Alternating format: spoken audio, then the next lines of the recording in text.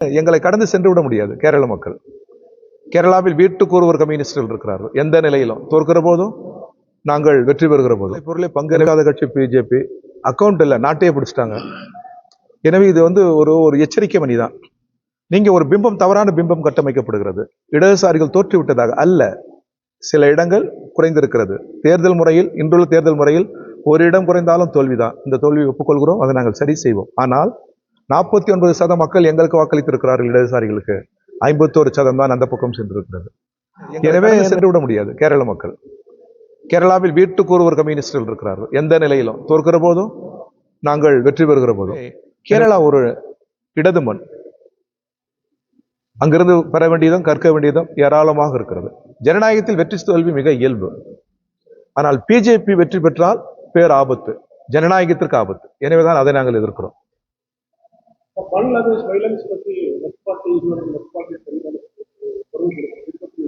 அங்கதான் எங்க கம்யூனிஸ்ட் கட்சி தான் அங்க பெரும்பாலும் அடக்குமுறைக்கு மேல் அங்கே கம்யூனிஸ்ட் கட்சி போராடி இருக்கிறது. ஒரு இந்துக்கள் மீது விழுகிற அடி ஒவ்வொரு பங்களாதேஷ் பிரஜை மீது விடுகிற அடி அப்படின்னு எங்க கம்யூனிஸ்ட் கட்சியினுடைய செயலாளர் தான் சொல்லியிருக்கிறாரு.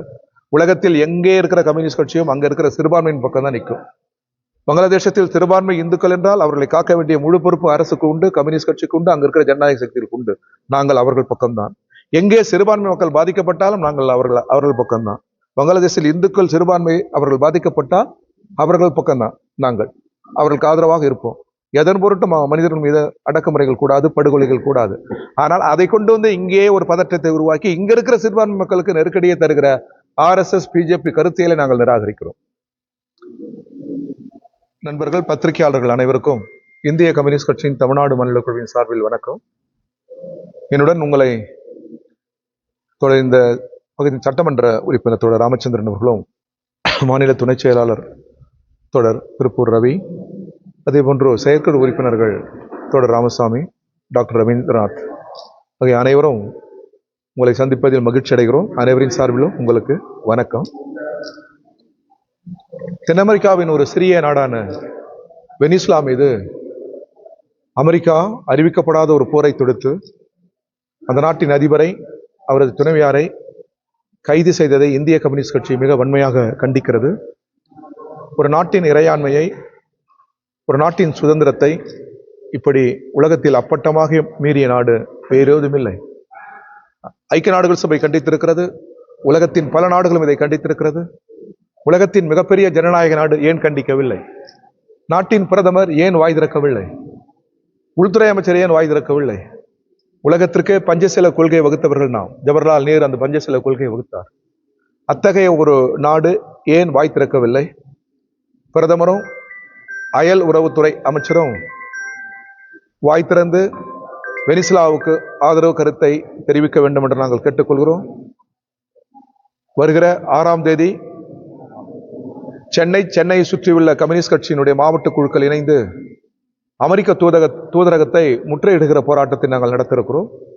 அதே தினத்தில் மாவட்ட தலைநகரங்களில் ஆர்ப்பாட்டம் நடைபெற உள்ளது. தொடர்களில் தமிழக அரசாங்கம் பழைய ஓய்வு திட்டத்தை அமல்படுத்த வேண்டும் என்று அரசு ஊழியர்கள் பல்வேறு போராட்டங்கள் நடத்தினார்கள். இடதுசாரிகள், ஜனநாயக சக்திகள், பல்வேறு அமைப்புகள் போராடியது. அந்த பெயர் நீடிக்காவிட்டாலும் உறுதியளிப்பு திட்டம் என்கிற பெயரில் தமிழக முதல்வர் வரவேற்கத்தக்க பல்வேறு அம்சங்களை அதில் நிரப்பி அதை அறிவித்திருப்பது உள்ளபடியே வரவேற்கத்தக்க ஒன்று. அதனை நாங்கள் வரவேற்கிறோம். அதே போன்று பொங்கல் பரிசாக ரூபாய் 3000 அளித்திருப்பதும் வரவேற்புக்குரியது. கரும்பு நம்முடைய உள்ளூர் விவசாயிகளிலிருந்து கொள்முதல் செய்ய வேண்டும். அதே போன்று வெள்ளத்தையும் நம் உள்ளூரிலிருந்தே கொள்முதல் செய்ய வேண்டும். பொங்கல் பரிசு தொகையாக 3000 அறிவித்திருப்பதை வரவேற்கிற நாங்கள், அதே நேரத்தில் ரேஷன் கார்டுக்காக விண்ணப்பித்தவர்கள் பலர் இருக்கிறார்கள், பல ஆயிரம் பேர் இருக்கிறார்கள். எனவே அவரது குடும்பங்களையும் கணக்கில் கொண்டு இந்த தொகையை அளிக்க வேண்டும் என்று தமிழக அரசை, தமிழக முதல்வரை நாங்கள் கேட்டுக்கொள்கிறோம். அதே போன்று தமிழ்நாடு ஒரு நல்லிணக்க மண். இங்கே பதற்ற அரசியலுக்கு இடமில்லை, பிளவுவாத அரசியலுக்கு இடமில்லை.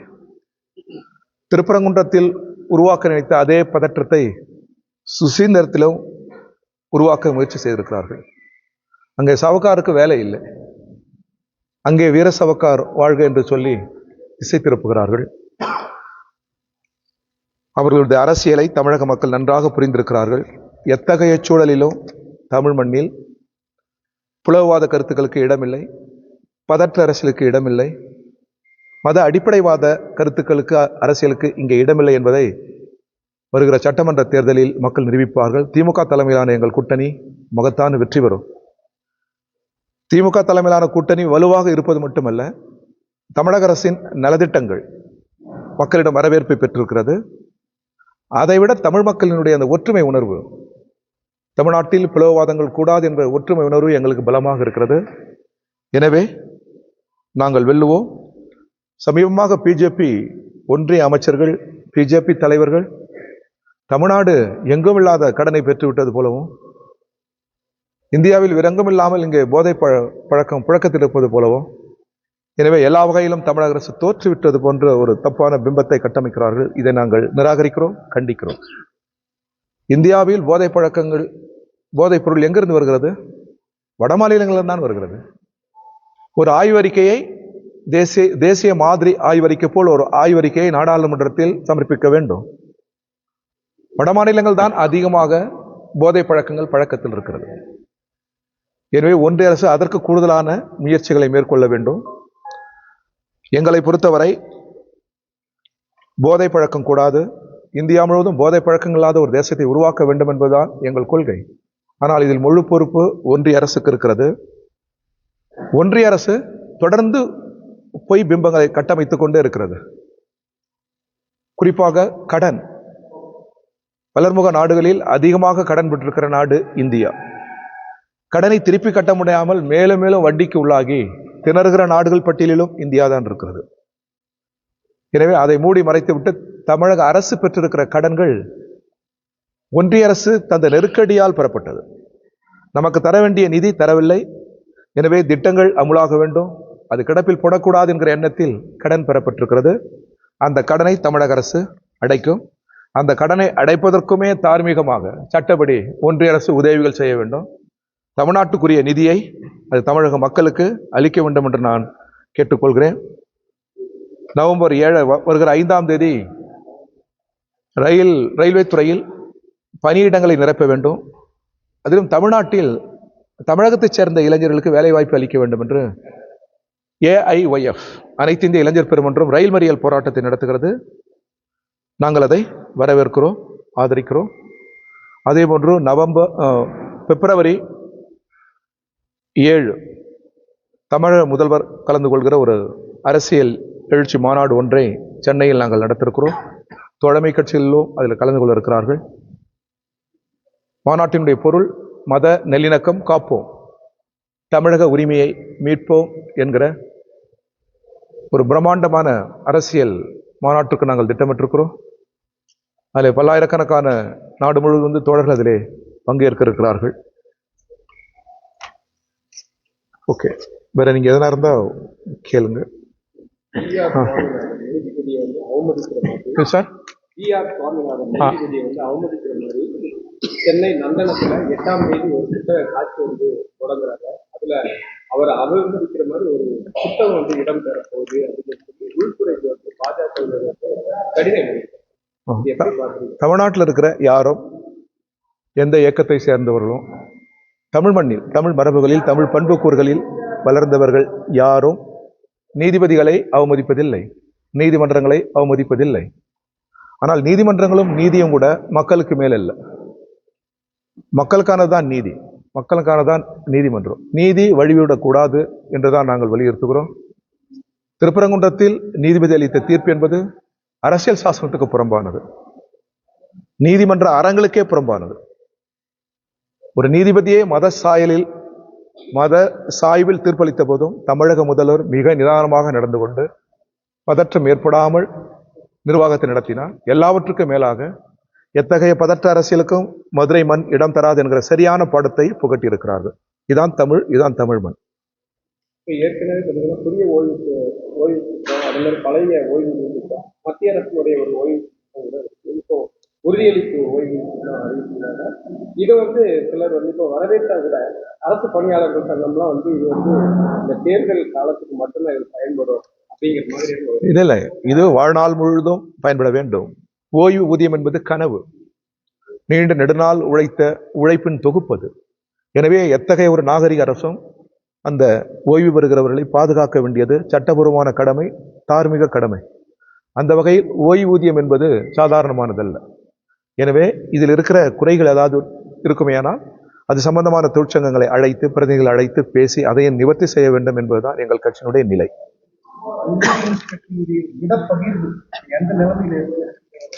இல்லை, நாங்கள் அரசியலாக மிக சரியான நிலைமையில் இருக்கிறோம். பிஜேபியை வீழ்த்த வேண்டும் என்கிற துடிப்பில் இருக்கிறோம். ஏன்னால் நாடுதான் முக்கியம் நமக்கு. நாடாளுமன்ற ஜனநாயகமும் சட்ட முறைமைகளும் முக்கியம், மக்களின் ஒற்றுமை முக்கியம். இதை சிதைக்கிற பிஜேபியை தோற்கடிக்க வேண்டும் என்கிற அரசியல் நிலையில் நாங்கள் உறுதியாக இருக்கிறோம். எத்தனை இடங்கள், யார் யார், எந்த இடங்கள் என்பதை அந்த சூழல் வருகிற போது முறைப்படி எங்கள் கட்சிக்குள் ஜனநாயக முறைப்படி கலந்து பேசி உரையாடல் செய்து அந்த இடங்களை பற்றி உங்களுக்கு அறிவிப்போம். இப்பொழுது எங்கள் கட்சியில் அதுபோல ஒரு நிலை இல்லை. ஆட்சியில் பங்கேற்பதாக ஒரு நிலை இந்திய அளவில் வந்தாலும் கூட கொள்கை அளவில் தான், கொள்கை அடிப்படையில் தான் அதில் நாங்கள் பங்கேற்போம். அப்புறம் இடங்களுக்காகவோ அமைச்சர் பதவிகளுக்காகவோ ஒருபோதும் நாங்கள் இடம்பெறுவதாக இடம் பெற்றதாக வரலாறு இல்லை. தமிழக வெற்றி கழகத்தில் நிறைய பேர் வந்து அதிமுகவுடைய முன்னாள் எம்எல்ஏக்கள், முன்னாள் எம்எல்ஏக்கள் நிறைய பேர் இணைந்து. ஆமா, அது எப்படி? அது ஒரு புதிய வாஷிங் மிஷின். இந்தியாவில் ரொம்ப நவீனமான வாஷிங் மிஷின் வந்து பிஜேபி. நீங்கள் கொள்ளையடிக்கலாம், கலப்படங்கள் செய்யலாம், எவ்வளவு தீமையும் பண்ணலாம். பிஜேபியில் போய் நீங்கள் சேர்ந்த அடுத்த கணமே அது தூய்மை அடைந்து விடும். அது ஒரு அகில இந்திய வாஷிங் மிஷின். இது தமிழ்நாட்டுக்கான நவீன வாஷிங் மிஷின். சரி, கேரளாவில் வந்து திருவனந்தபுரம் வந்து அப்படிப்பட்ட கம்யூனிஸ்ட் ஏரியாவே அவரு அக்கௌண்ட் ஓபன் பண்ணாரு. ஆமாங்க. இப்போ அந்த சூழ்நிலை இது நம்ம தமிழ்நாட்டில் சாரி, இந்தியாவில் விடுதலை பொருளை பங்கேற்காத கட்சி பிஜேபி. அக்கௌண்ட் இல்லை, நாட்டையே பிடிச்சிட்டாங்க. எனவே இது வந்து ஒரு எச்சரிக்கை மணி தான். நீங்க ஒரு பிம்பம், தவறான பிம்பம் கட்டமைக்கப்படுகிறது. இடதுசாரிகள் தோற்றுவிட்டதாக அல்ல, சில இடங்கள் குறைந்திருக்கிறது. தேர்தல் முறையில், இன்றுள்ள தேர்தல் முறையில் ஒரு இடம் குறைந்தாலும் தோல்விதான். இந்த தோல்வியை ஒப்புக்கொள்கிறோம், அதை நாங்கள் சரி செய்வோம். ஆனால் 49% மக்கள் எங்களுக்கு வாக்களித்திருக்கிறார்கள். இடதுசாரிகளுக்கு 51% தான் அந்த பக்கம் சென்றிருக்கிறது. எனவே எங்களை கடந்து சென்று விட முடியாது கேரள மக்கள். கேரளாவில் வீட்டுக்கு ஒரு கம்யூனிஸ்டுகள் இருக்கிறார்கள், எந்த நிலையிலும், தோற்கிற போதும் நாங்கள் வெற்றி பெறுகிற போதும். எனவே கேரளா ஒரு இடது மண். அங்கிருந்து பெற வேண்டியதும் கற்க வேண்டியதும் ஏராளமாக இருக்கிறது. ஜனநாயகத்தில் வெற்றி தோல்வி மிக இயல்பு. ஆனால் பிஜேபி வெற்றி பெற்றால் பேர் ஆபத்து, ஜனநாயகத்திற்கு ஆபத்து. எனவேதான் அதை நாங்கள் எதிர்க்கிறோம்.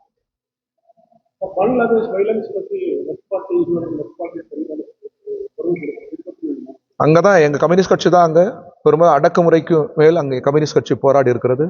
ஒரு இந்துக்கள் மீது விழுகிற அடி ஒவ்வொரு பங்களாதேஷ் பிரஜையின் மீது விடுகிற அடி அப்படின்னு எங்க கம்யூனிஸ்ட் கட்சியினுடைய செயலாளர் தான் சொல்லியிருக்கிறாரு. உலகத்தில் எங்கே இருக்கிற கம்யூனிஸ்ட் கட்சியும் அங்க இருக்கிற சிறுபான்மையின் பக்கம் தான் நிற்கும். பங்களாதேசத்தில் சிறுபான்மை இந்துக்கள் என்றால் அவர்களை காக்க வேண்டிய முழு பொறுப்பு அரசுக்கு உண்டு, கம்யூனிஸ்ட் கட்சிக்கு உண்டு, அங்க இருக்கிற ஜனநாயக சக்திக்கு உண்டு. நாங்கள் அவர்கள் பக்கம்தான். எங்கே சிறுபான்மை மக்கள் பாதிக்கப்பட்டாலும் நாங்கள் அவர்கள் பக்கம்தான். பங்களாதேஷில் இந்துக்கள் சிறுபான்மை அவர்கள் பாதிக்கப்பட்டால் அவர்கள் பக்கம்தான் நாங்கள் அவர்களுக்கு ஆதரவாக இருப்போம். எதன் பொருட்டும் மனிதர்கள் மீது அடக்குமுறைகள் கூடாது, படுகொலைகள் கூடாது. ஆனால் அதை கொண்டு வந்து இங்கே ஒரு பதற்றத்தை உருவாக்கி இங்க இருக்கிற சிறுபான்மை மக்களுக்கு நெருக்கடியை தருகிற RSS பிஜேபி கருத்தியலை நாங்கள் நிராகரிக்கிறோம்.